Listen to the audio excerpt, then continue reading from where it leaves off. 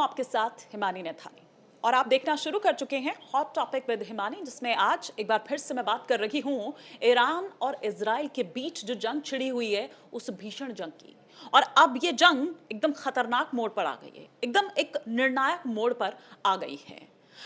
Israel जो है वो थमने का नाम नहीं ले रहा है, तो उधर ईरान की अगर बात करें तो वो भी थक नहीं रहा है, वो भी जवाब दे रहा है। अब इजराइल की ओर से दरअसल इजराइल का जो टारगेट है वो अब उसकी जो न्यूक्लियर साइट्स है वो है उसका ये मानना है, उसका ये टारगेट है कि जो भी उसका परमाणु कार्यक्रम है उसको वो पूरी तरह से उस कार्यक्रम को खत्म कर दे, नेस्तनाबूद कर दे और उसकी ताकत को खत्म कर दे। यही यही जो उद्देश्य है, यही जो टारगेट है फिलहाल इजराइल का है। आप देखिए कि वो उसके तमाम जो सैन्य अड्डे हैं, तमाम जो सैन्य ठिकाने हैं, वो लगातार उन पर एक के बाद एक स्ट्राइक कर रहा है। अभी पार्चीन में उसने स्ट्राइक की है, जो लेटेस्ट अगर यहाँ पर हम बात करें। पार्चीन हालांकि अब मिलिट्री बेस है, लेकिन एक वक्त में वो न्यूक्लियर साइट हुआ करता था, लेकिन जैसे जैसे बेटर फैसिलिटीज हुई उसके बाद उसको शिफ्ट कर दिया गया यहाँ से। अब वो मिलिट्री बेस है, लेकिन शायद उसको ऐसा कुछ लगा, कुछ ऐसा आभास हुआ कि कुछ ऐसा यहाँ पर चल रहा है, जो उसने ये सोचते हुए इसे निशाना बनाया। इससे पहले आपने देखा कि उसके तमाम जो सैन्य कमांडर्स हैं, एक के बाद एक किस तरह से जो उसके सैन्य अधिकारी हैं वो मारे गए, किस तरह से जो परमाणु वैज्ञानिक हैं उनको निशाना बनाया गया। बल्कि इजरायली पीएम की अगर बात करें, बेंजामिन नेतन्याहू की, तो वो तो खुलेआम खामेनेई को लेकर भी कह चुके हैं। ना केवल बेंजामिन नेतन्याहू बल्कि डोनाल्ड ट्रंप की ओर से भी इस तरह के जो बयान हैं वो सामने निकलकर आ रखे हैं। अमेरिका भले ही ये बार बार कह रहा है कि वो नहीं, इसमें इसका कोई रोल नहीं है या उसमें वो अभी पूरी तरीके से कूदा नहीं है, लेकिन वो इजराइल के कंधे पर रखकर बंदूक चला रहा है, क्योंकि इजराइल भी देखिए ये चाहता है कि अमेरिका इसमें कूदे, उसको उसका सपोर्ट चाहिए, क्योंकि उसका जो न्यूक्लियर साइट्स है या जो अंदर तक एकदम मार करने वाली, आज आप देख रहे होंगे कि बंकर बस्टर बम जो है उसकी बड़ी चर्चा हो रही है, और इसके लिए उसको अमेरिका का साथ जरूर यहाँ पर चाहिए होगा, क्योंकि अभी फिलहाल इजराइल में इतना मादा नहीं है या इजराइल में इतनी ताकत नहीं है कि वो जो जमीन के भीतर एकदम जो उसके इस तरह की साइट्स हैं उस पर वो अटैक इस तरह से कर दे, तो वो जमीन फाड़, जिसको कहा जा रहा है कि जमीन को एकदम फाड़ते हुए पूरा वो उसको नेस्तनाबूद कर दे, इसके लिए उसको अमेरिका का साथ यहाँ पर चाहिए होगा। और अमेरिका अगर इस तरीके से यहाँ पर आता है तो देखिए ये ईरान के साथ जो एक कूटनीतिक लिहाज से आप कह लीजिए या फिर वो जो संभावित एक जो उनका परमाणु वो चल रहा है, वो उसको ये चौपट कर सकता है, ट्रंप और ईरान की अगर हम यहाँ पर बात करें। खैर, लेकिन आज मैं बात कर रही हूं कि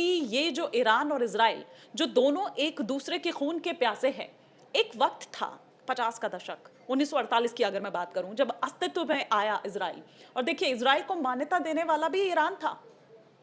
आज जो ये एक दूसरे के खून के प्यासे हुए पड़े हैं, एक वक्त में ये बहुत अच्छे दोस्त हुआ करते थे, इनके बहुत अच्छे संबंध हुआ करते थे, और यही मैंने कहा ना कि जब कोई मान्यता नहीं दे रहा था, आप देखिए कि पश्चिम देश के तमाम ज्यादातर जो मुस्लिम देश हैं वो मान्यता नहीं दे रहे थे एक राष्ट्र के रूप में इजराइल को, लेकिन तब ईरान और टर्की जैसे देश ही थे जो सामने आए और जिन्होंने कहा कि भैया ये संप्रभु जो राज्य है इसको मान्यता दी जाए। हाँ, अमेरिकी जो कनेक्शन है वो इसके पीछे था, लेकिन आप ये देखिए कि आज ये दोनों किस तरह से एक दूसरे के खून के प्यासे, एक दूसरे को फूटी आंख यहाँ पर नहीं ये सह रहे हैं। लेकिन उस वक्त जो ईरान है वो शाह जो है, शाह मोहम्मद रजा पहलवी, उनके नेतृत्व में सचेत रूप से वो दरअसल पश्चिम के करीब चले गए थे, और फिर जब शीत युद्ध के दौरान खुद को अमेरिका का एक प्रमुख क्षेत्रीय सहयोगी जो है वो उन्होंने साबित कर दिया था। इजराइल जो कि नया नया अभी अस्तित्व में आया था, जाहिर सी बात है कि उसको अमेरिका की सपोर्ट की यहाँ पर जरूरत थी, मतलब अमेरिका यहाँ पर हो, और ईरान के रूप में उसको जो अपना एक स्वाभाविक पार्टनर है वो दरअसल यहाँ पर मिल गया था। और फिर अगले कुछ दशक में हम इजराइल के जो पूर्व पीएम है यानी कि डेविड बेन की अगर बात करें तो उन्होंने अपने जो परिधि सिद्धांत हैं उनके अकॉर्डिंगली उन्होंने देश को चलाया। उन्होंने इस तरह से जो गैर अरब देश हैं उनके साथ सहयोग करने का एक प्रयास किया। इसमें ईरान था, इसमें टर्की था, इसमें इथियोपिया जो कि एक की प्लेयर बनकर आप ये कह सकते हैं कि एक प्रमुख जो खिलाड़ी हैं वो बनकर वो उभरे थे, और ईरान में व्यापार और जो बुनियादी ढांचे हैं उसके विकास को इजराइल ने अपना समर्थन भी दिया था।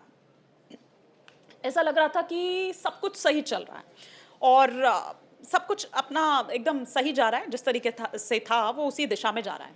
लेकिन फिर आता है 1979 का वक्त, जब इस्लामी क्रांति होती है और फिर जो एक बुनियादी, जो आप ये कहिए कि जो जिस तरह से उनके संबंध थे इजराइल और ईरान के, उनमें बदलाव आ जाता है, वो बदल जाते हैं। और ये बदलाव शाह के तख्तापलट के रूप में हम देखते हैं। और अयातुल्ला अली जो खामेनेई हैं, उनके तहत इस्लामिक गणराज्य जो है उसकी स्थापना का ये कारण बनता है। मतलब ब्रेकअप का वक्त यहाँ पर दोनों के बीच आ गया था। तो दोनों के बीच ब्रेकअप का वक्त आ गया था, सब कुछ ठीक नहीं था। और सहयोग के समय भी जो ईरान में कुछ इस्लामिक तत्व ऐसे थे जो उस वक्त फिलिस्तीनियों की वकालत कर रहे थे और अक्सर अपने उपयोग के लिए दरअसल जो है वो धन जुटाते थे। तो 1979 जिसके बाद अचानक बहुत कुछ बदल गया, बहुत कुछ जो बदलाव है वो आए। जैसा कि ईरान ने जो इजरायली पासपोर्ट है उसको स्वीकार करने से मना कर दिया। ना केवल इतना बल्कि ईरानी पासपोर्ट होल्डर्स के कब्जे वाले जो फिलिस्तीन का जो इलाका है या उसकी जो यात्रा है उस पर प्रतिबंध लगा दिया गया। और साथ ही साथ इजराइल को इस्लाम का आप ये कहिए कि दुश्मन और छोटा शैतान घोषित यहाँ पर एक तरह से कर दिया गया। मतलब 80 और 90 के दशक, जिस टाइम पे आप ये मानिए कि जो ईरान है वो तो जो सशस्त्र जो समूह है उनका एक स्पॉन्सर बन गया था वो वहाँ पर। और किस तरह से वो उभरा, शुरू में तो उसने लेबनान में आप हिजबुल्लाह को देखिए और फिर बाकी जो अन्य हैं जैसे कि हूती और हमास की हम बात करें वो, और अगले दशक में ही फिर उसके बाद जो दोनों देशों के संबंध हैं वो एकदम और ज्यादा तल्ख होते चले गए। और दिसंबर 2000 में तो हमने देखा कि किस तरह से जो खामेनेई है उन्होंने कैंसर बता दिया। उन्होंने कहा कि ये कैंसर का ट्यूमर है। ना केवल इतना बल्कि उसके बाद खामेनेई द्वारा ये भी कहा गया कि फिलिस्तीन जो है वो फिलिस्तीनियों का है, तो उसके भाग्य का निर्धारण करने का जो अधिकार है वो फिलिस्तीनियों के पास ही होना चाहिए। अब हम देख रहे हैं कि एक बार फिर से एक खूनी अध्याय, जो खूनी अध्याय हमने देखा कि पिछले कुछ, और 1979 के बाद ही पूरी कहानी जो है वो बदली जब इस्लामिक क्रांति आई और किस तरह से एकदम वो तख्ता पलट हुआ। अभी भी यही कहा जा रहा है कि दरअसल मेन मोटो जो है वो यही है। तो यही दरअसल यहाँ पर कहा जा रहा है। तमाम तरह की जो रिपोर्ट्स है वो भी निकलकर सामने आ रही है और ऐसा लग रहा है जिस तरह की अभी स्थिति बनी हुई है कि अब एक नए अध्याय की तरफ हम बढ़ रहे हैं।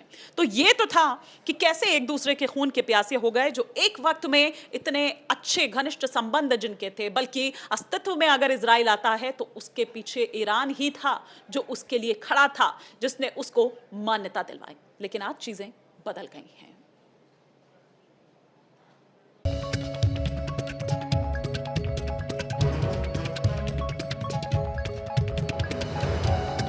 जहाँ भक्ति है हर शब्द में, कथाओं में छुपे हैं दिव्य रहस्य और ज्योतिष देता है जीवन को दिशा। धर्म से जुड़ी हर बातों को जानने के लिए हमारे चैनल स्तुति को सब्सक्राइब करें। चैनल पर जाने के लिए इस लिंक पर क्लिक करें।